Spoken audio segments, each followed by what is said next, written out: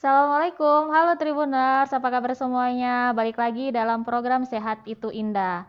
Nah, Tribuners, Sehat Itu Indah hari ini bakal membahas mengenai resiko kematian mendadak yang terjadi karena serangan jantung.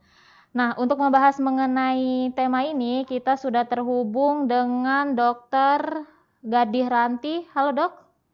Halo, Mbak Dini. Iya, apa kabar dok? Baik, Alhamdulillah. Sehat, Mbak Dini. Iya, saya juga baik. Lagi di mana ini dok? Saya lagi di Ringsau, di Di rumah. rumah maksudnya atau di di rumah. Udah pulang. heeh. Oh, baru pulang. Di Pringsewu, jauh ya, Dok, ya? Lumayan. Enggak lah, nggak jauh dari sekarang. Iya. Nah, dokter, sebelum kita bahas mengenai tema nih, Dok, ya, boleh dong kenalin dulu diri dokter. Mungkin aja ada yang mau berobat sama dokter gitu. Dokter prakteknya di mana? Oke, terima kasih Mbak Dini. Iya, Heeh. mungkin nggak kenal, nggak sayang ya. Iya, betul sekali. Saya juga baru kenal sama dokter. Iya, nggak ketemu langsung. Heeh. Oke, iya. Eh, Mungkin kenalan diri dulu, saya Dr. Anti, dokter dari Heeh. rangkaian nama Riza, spesialis jantung. Saya sekarang bertugas di Pringsewu, kebetulan di Rumah Sakit Nusantara dan di Rumah Sakit Umum Pringsewu. Iya. Jadi kalau mau berobat sama dokter ke sana ya? Iya, kalau bertemu di sana. Iya.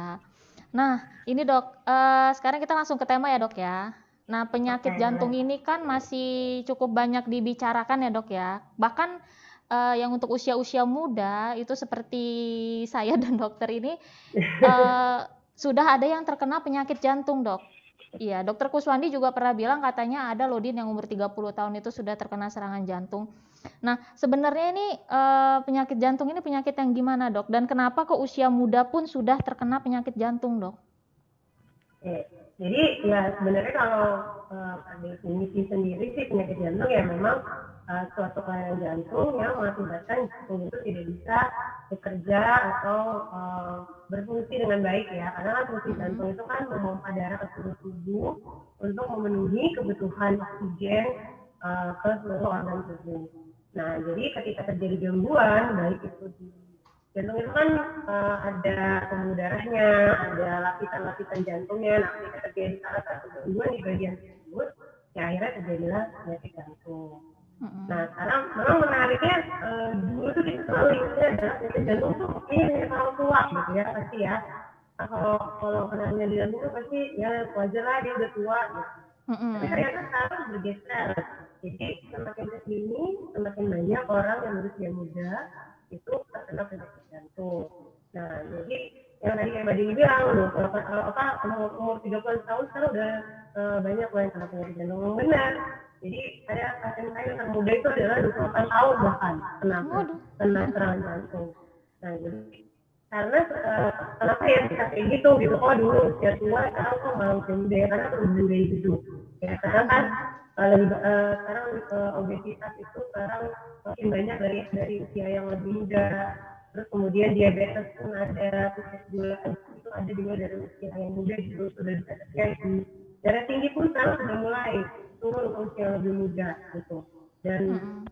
gaya hidup sekarang orang lebih banyak duduk gitu kan, lebih banyak maksudnya nggak melakukan aktivitas fisik, jarang olahraga dan sebagainya, yang akhirnya membuat penyakit jantung itu sering juga akhirnya sekarang terjadi di usia muda. Gitu. Mm-mm. Apa karena gaya hidup ya, Dok ya? Makanya banyak yang Ya, terkena di usia muda itu ya. ya. Jadi kalau kita mungkin kalau kita bahas sedikit tentang resiko dari penyakit jantung ya Mbak ya. Resiko dari Mm-mm. penyakit jantung itu kan kalau terutama kayak penyakit jantung koroner tuh, nah, itu Mm-mm. kan dia faktor resikonya tuh ada yang bisa kita rubah, ada yang memang nggak bisa kita rubah. Kayak nggak bisa kita rubah Mm-mm. tuh kayak misalnya usia. Ya memang dengan bertambahnya usia terjadi perubahan-perubahan di organ-organ tubuh, salah satu itu memang kemungkinan terjadi penyakit jantung lebih tinggi. Terus Mm-mm. laki-laki, memang laki-laki biasanya lebih sering terjadi penyakit jantung. Tapi itu untuk usia yang memang lebih muda. Kalau dibandingkan dengan wanita yang sudah menopause, kejadiannya hampir sama. Dan satu lagi memang riwayat keluarga. Kalau memang ada riwayat keluarga, memang kemungkinan terjadi penyakit jantung juga lebih tinggi. Tapi di luar itu banyak faktor risiko lain yang sebenarnya bisa kita ubah. Misalnya kayak darah tinggi, penyakit gula darah, terus kemudian obesitas, ya kegemukan, terus kemudian jarang beraktivitas, merokok nih, yang paling sering kan sekarang juga merokok sudah mulai nih dari anak sekarang usia lebih muda sudah mulai banyak yang merokok. Nah, jadi ternyata sebenarnya lebih banyak faktor risiko yang bisa kita rubah untuk mencegah jangan sampai terjadi penyakit jantung di kemudian hari. Iya. Jadi apa selain penyakit jantung koroner, ada lagi nggak sih dok jenis penyakit jantung lainnya dok? Nah, jadi penyakit jantung ini sebenarnya spektrumnya luas sekali. Jadi memang yang paling sering kita dengar itu adalah penyakit jantung koroner. Karena memang kan yang paling sering kita dengar tuh kayak serangan jantung tuh. Jadi yang paling istilahnya kayaknya yang paling mengerikan dari jantung tuh serangan jantung gitu kan. Jadi orang memang yang paling tahu itu kan adalah penyakit jantung koroner. Tapi di luar itu sebenarnya banyak penyakit lain. Bahkan bisa dimulai dari bayi baru lahir. Jadi ada penyakit jantung bawaan yang memang diderita pada anak-anak yang baru lahir dibawa dari, jadi dia terbentuk kelainannya sejak dalam kandungan ibu. Terus kemudian penyakit jantung koroner itu sendiri. Terus kemudian ada penyakit jantung yang mengenai otot-otot jantungnya. Jadi misalnya otot jantungnya meregang, akhirnya dia melebar, atau justru menebal sehingga ruang jantungnya jadi mengecil. Nah, ada juga yang salah satu yang lumayan sering juga kelainan irama jantung, itu juga ada. Jadi sebenarnya spektrum kelainan jantung itu cukup banyak. Jadi kita ya nanti kita harus tahu nih jenisnya yang mana, karena pengobatannya juga beda-beda tergantung dari jenis penyakit jantungnya. Iya. Tapi di antara semua itu yang paling sering memang yang koroner itu dok ya? Ya, memang yang paling sering koroner. Sama kayak judul kita lah ya, kematian jantung mendadak itu memang 80% penyebabnya adalah penyakit jantung koroner. Iya. Nah, kalau gejala dari orang terkena penyakit jantung nih dok ya, khususnya yang koroner itu gimana itu dok? Yang koroner lah dok ya kita bahas ya, karena ini menyebabkan kematian mendadak ya. Gimana nih dok gejalanya dok? Sebenarnya kalau gejalanya itu yang paling sering itu memang adalah nyeri dada yang khas. Ya, jadi yang khas itu adalah nyeri dada kiri. Jadi biasanya nyeri dada seperti tertekan atau tertindih atau berat gitu.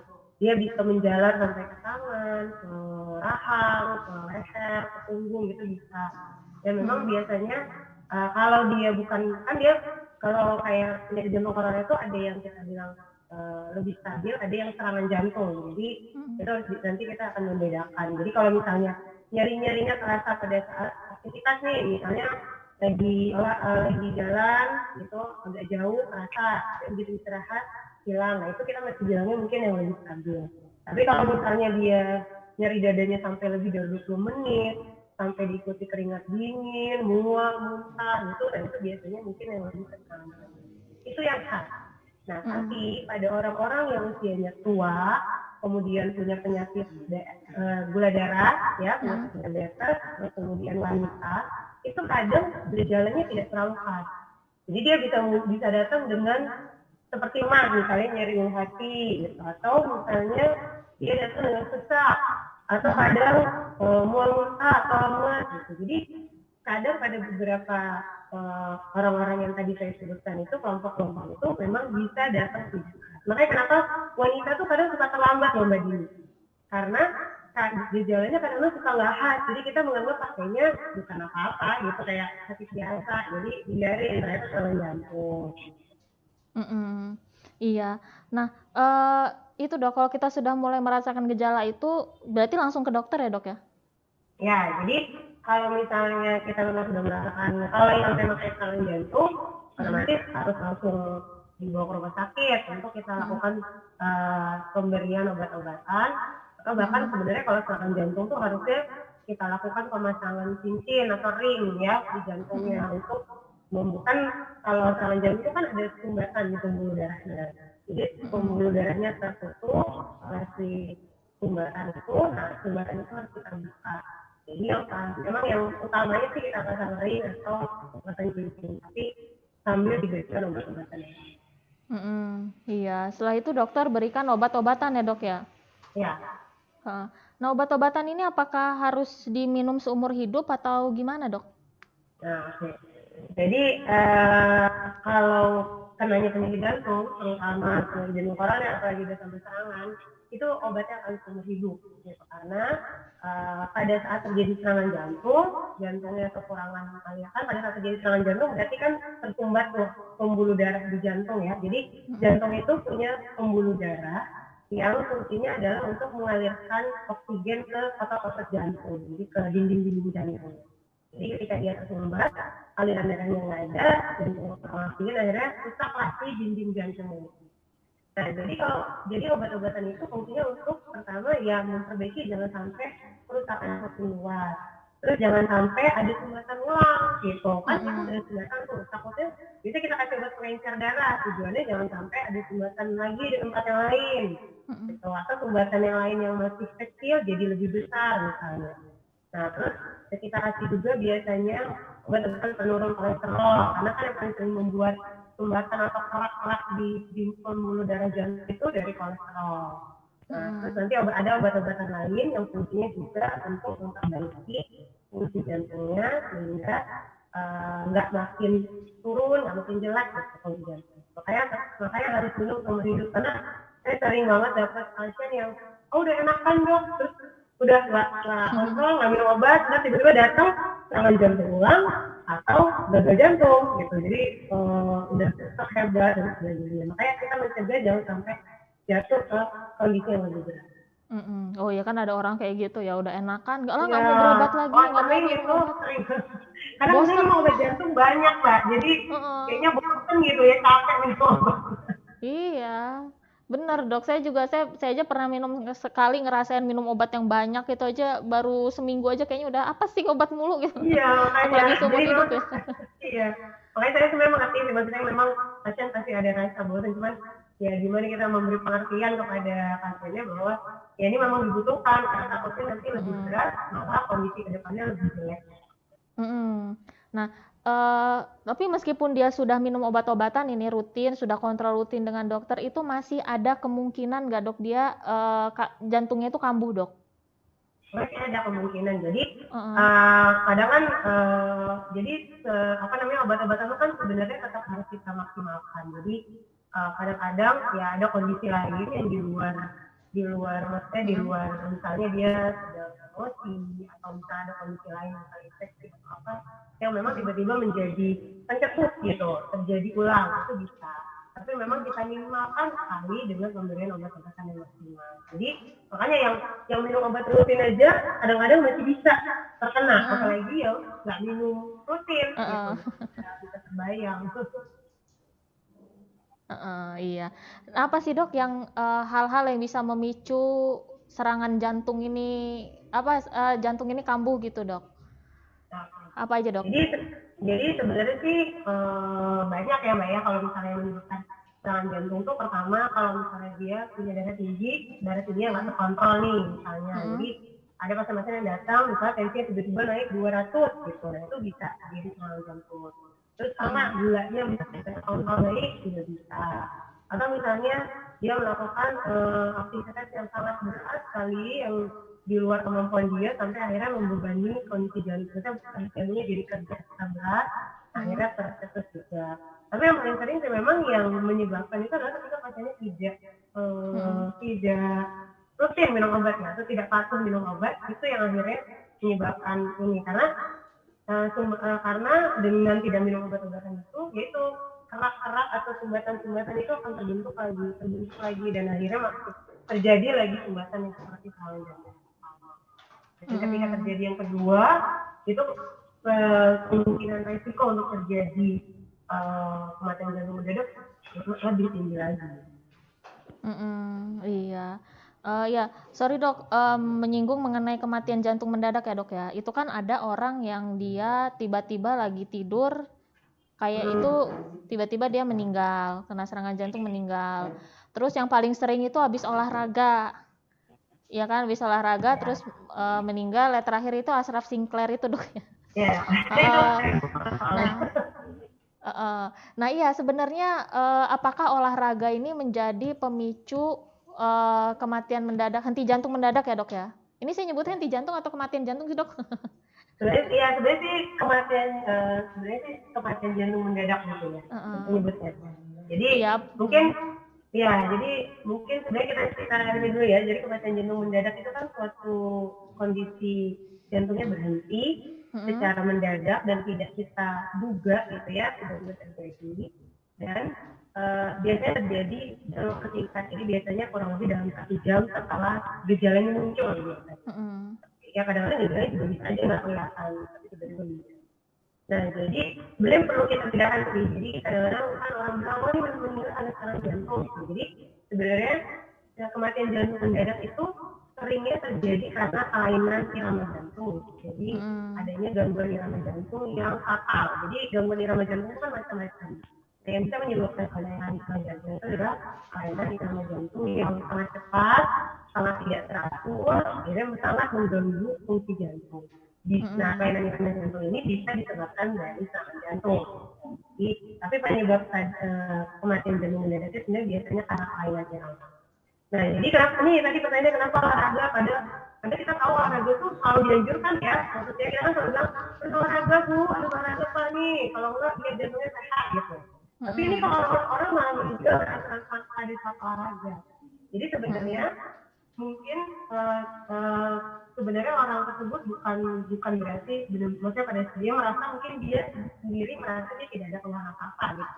Tapi bukan berarti kan sebenarnya dia jantungnya benar-benar sehat gitu ya Mbak ya. Jadi maksudnya jantungnya itu bukan berarti nggak ada sumbatan atau apa, karena sumbatan itu sebenarnya terbentuk dari usia muda.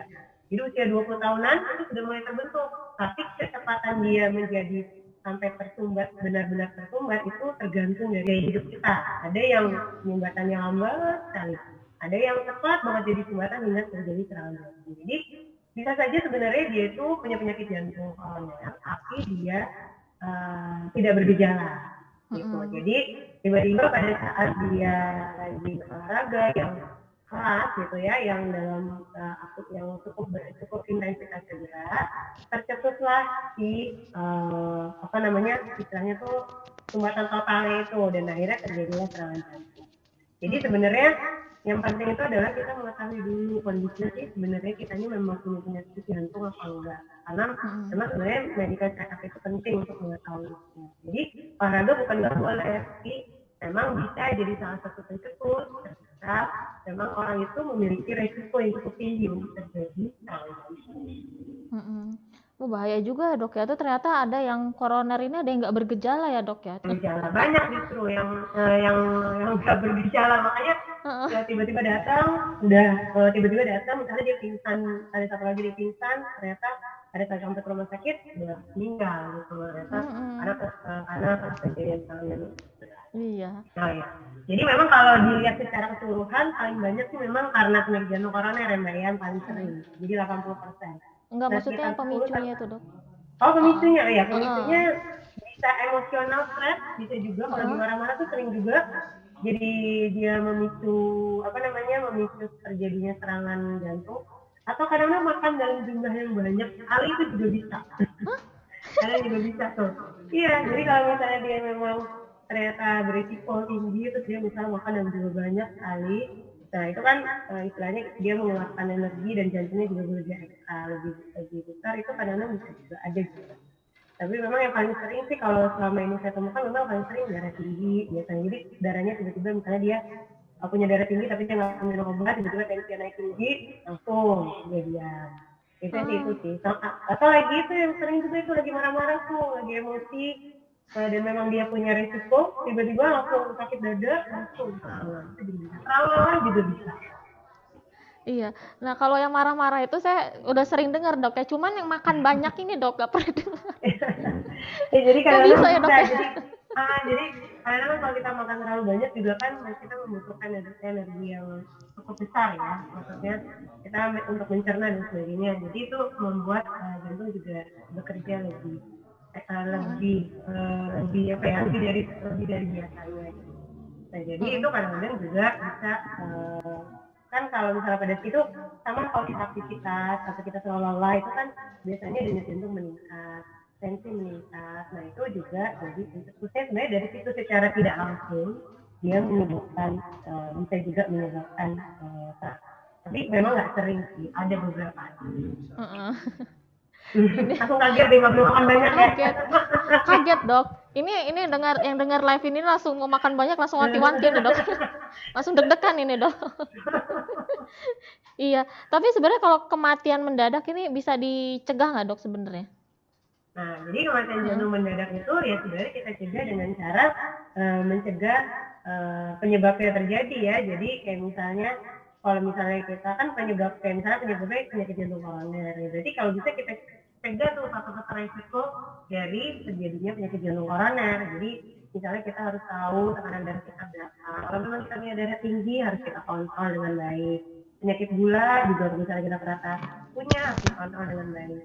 Obesitas nih yang sekarang lagi marak, apalagi lagi corona kita nggak kemana-mana nih, kerjanya makan, ngemil, kerja dari rumah, sekolah dari rumah, semuanya, waduh, nggak ngapa-ngapain, jadi makinlah bertambah. Saya juga nih ya, bertambah gendut.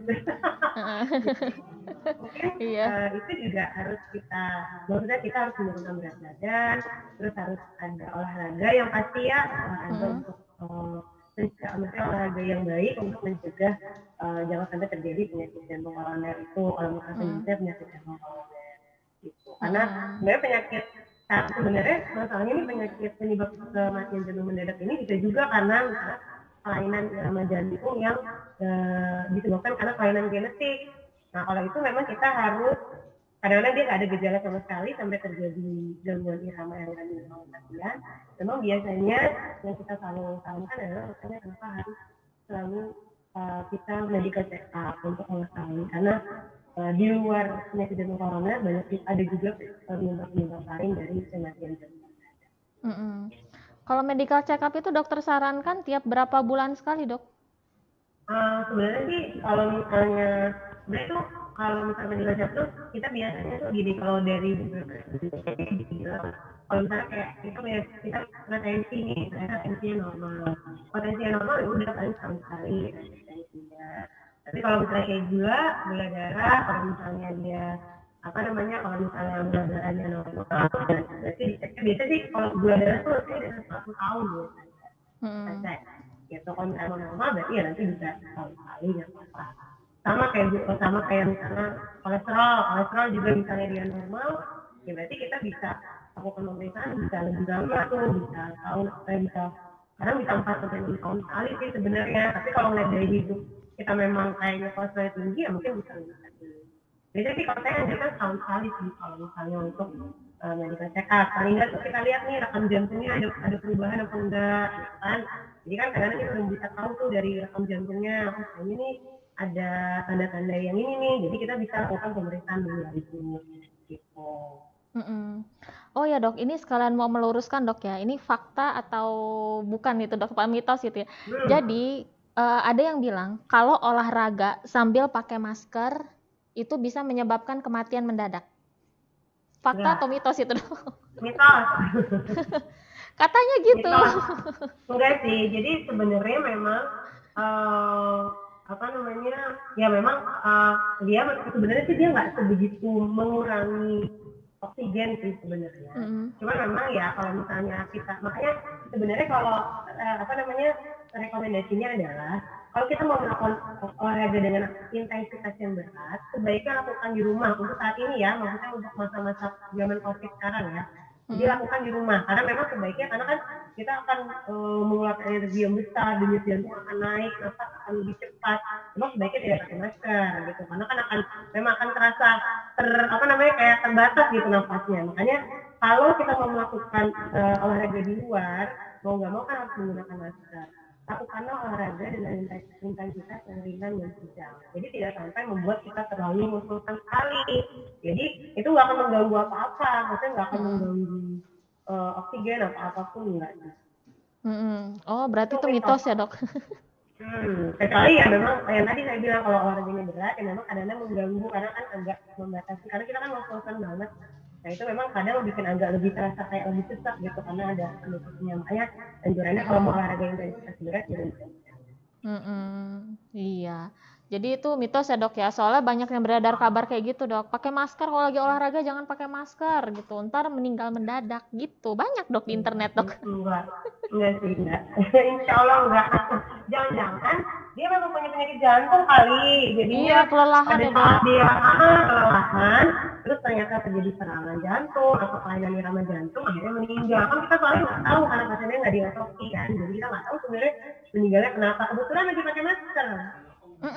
Jadi masker yang disalahin ya dok. Iya benar.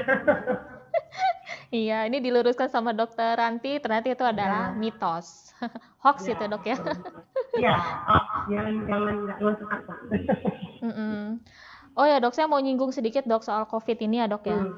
Jadi gimana sih dok resiko COVID ini pada penderita jantung? Soalnya dok, om saya seminggu, jadi di Surabaya sih dok ya, itu seminggu yang lalu itu meninggal dunia karena COVID. Dan dia ada penyakit jantung gitu loh dok. Jadi sebelum dia meninggal itu dia sempat nggak sadarkan diri selama 2 hari dok. Itu gimana dok? Emang beresiko banget ya dok ya? Ini kebetulan ada juga bude saya juga positif COVID dan dia ada jantung juga, makanya saya agak derdek juga. Iya.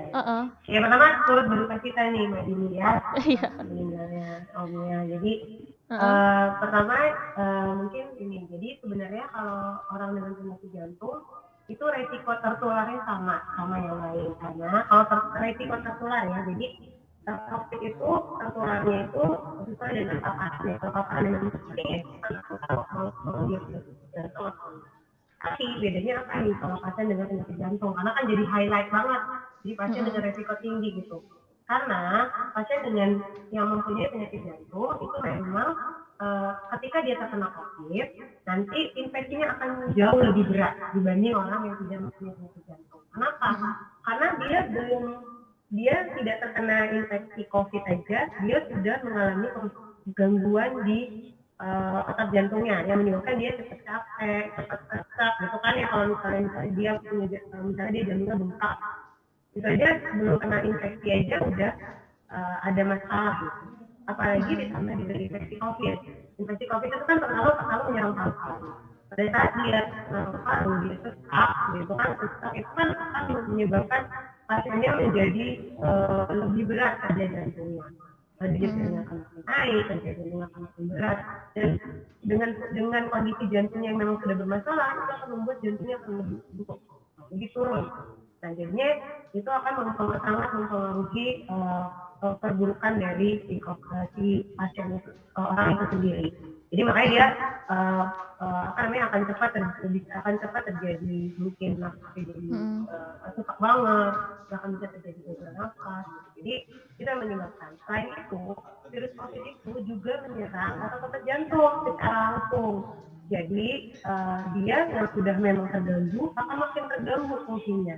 Jadi makinlah buruk fungsi jantungnya, dan akhirnya fungsi jantungnya sudah tidak mampu lagi bekerja dengan baik, dan juga perburukan sampai menyebabkan meninggal.